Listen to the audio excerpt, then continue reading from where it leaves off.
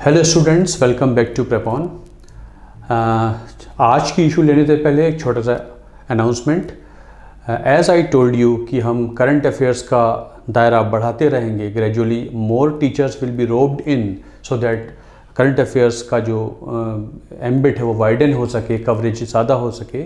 तो इस वीक से सैटरडे से हम science and technology which is very very important area in UPSC exams and other exams को लेने जा रहे हैं। और हर सैटरडे 8 बजे शाम को science and technology this week के नाम से एक वीडियो फीचर आया करेगा, जिसमें एक इम्पॉर्टेंट टीचर आपको साइंस एंड टेक्नोलॉजी के बारे में समझाएंगे। इम्पॉर्टेंट जो आर्टिकल्स हैं, न्यूज़ है, उसको डिस्कस करेंगे। वो सारी चीज़ें जो एग्ज़ाम्स में आती रहती हैं और आ सकती हैं। So a teacher of the experience of 8 years around, he will look after this particular area. At the same time, जो टेलीग्राम चैनल है प्रेपॉन का t.me prepon03, उस पे जाएंगे तो वहाँ पर उसका जो कंपाइलेशन है, उसकी जो सॉफ्ट कॉपी है वो भी आपको मिल जाएगी। वहाँ से सॉफ्ट कॉपी ले लेंगे, या वेबसाइट पे जाएंगे आप prepon.in, वहाँ पर भी डाउनलोडेबल ये हो जाएगा, वहाँ से आप डाउनलोड कर सकते हैं। तो ये चीज़ें कुछ प्रेपॉन में हमने ऐड की हैं। और on 17th of July at 8 PM wait for the video lecture on science and technology this week.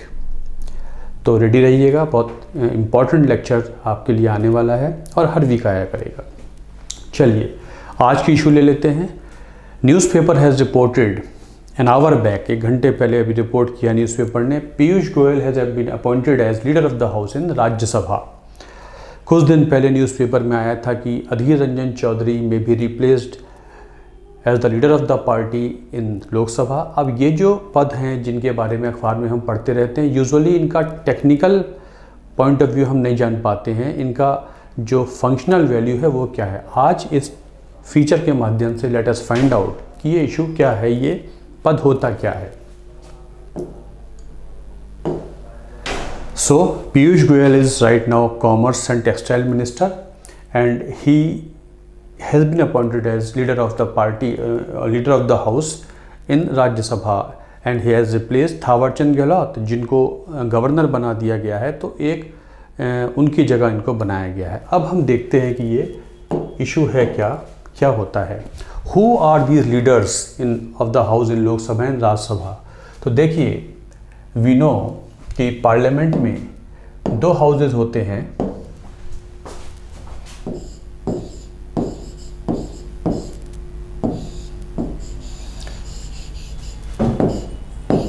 Rajya Sabha, you know, and Lok Sabha.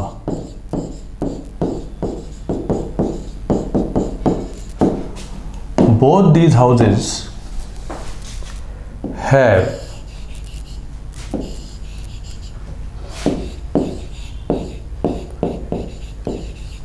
ruling party representatives and opposition party representatives.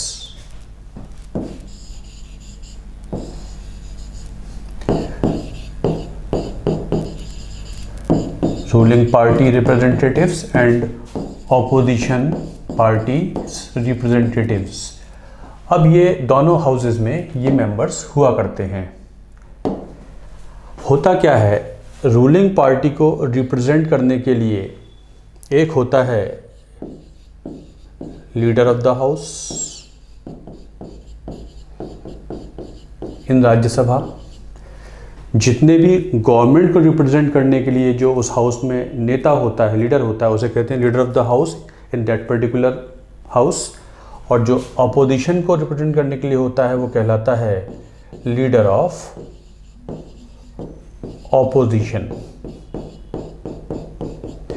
Leader of opposition. Similarly second house में, लोकसभा में भी होता है leader of the house in Lok Sabha and leader of opposition इन लोकसभा। तो ये 4 पद होते हैं। तो हमारी समझ में आ गया, leader of the house ruling party के पास होता है, लोकसभा में भी और राज्यसभा में भी। और obviously logically leader of opposition opposition party के पास होगा, लोकसभा में भी या राज्यसभा में। होता क्या है, जो रूलिंग पार्टी होती है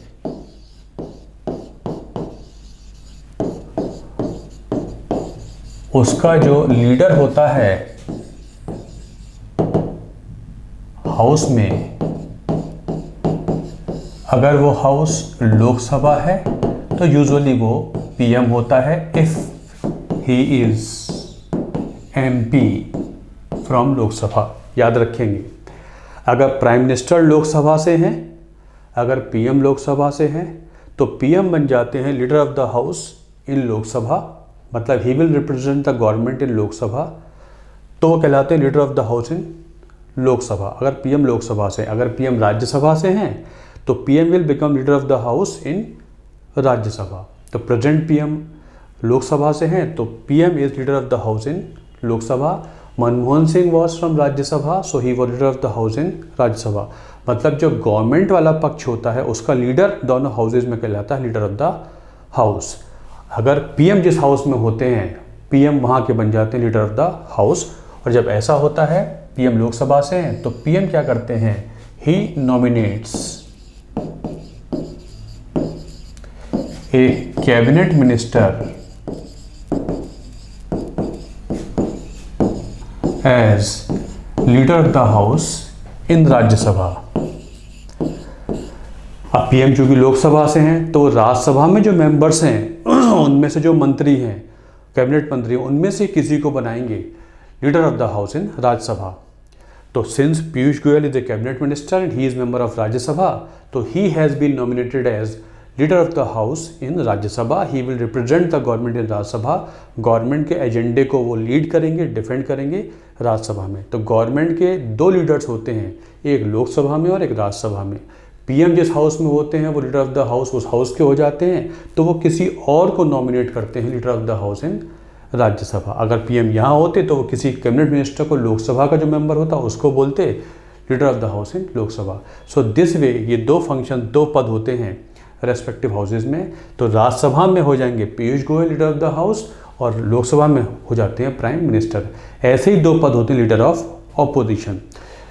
लीडर ऑफ अपोजिशन में कुछ रूल्स रेगुलेशंस होते हैं, कुछ नियम होते हैं, कुछ एक्ट इन्वॉल्व होते हैं। वो मैं आपको अगले वीडियो में बताऊंगा। उसमें कुछ पॉइंट्स या कुछ एक्ट कानूनों को लेके चलना पड़ेगा, कुछ इश्यूज़ को लेके चलना पड़ेगा। तो आपके समझ में आ गया होगा कि हुआ करते हैं चार पद, दो अपोजिशन के पास होते हैं, दो रूलिंग पार्टी के पास होते हैं।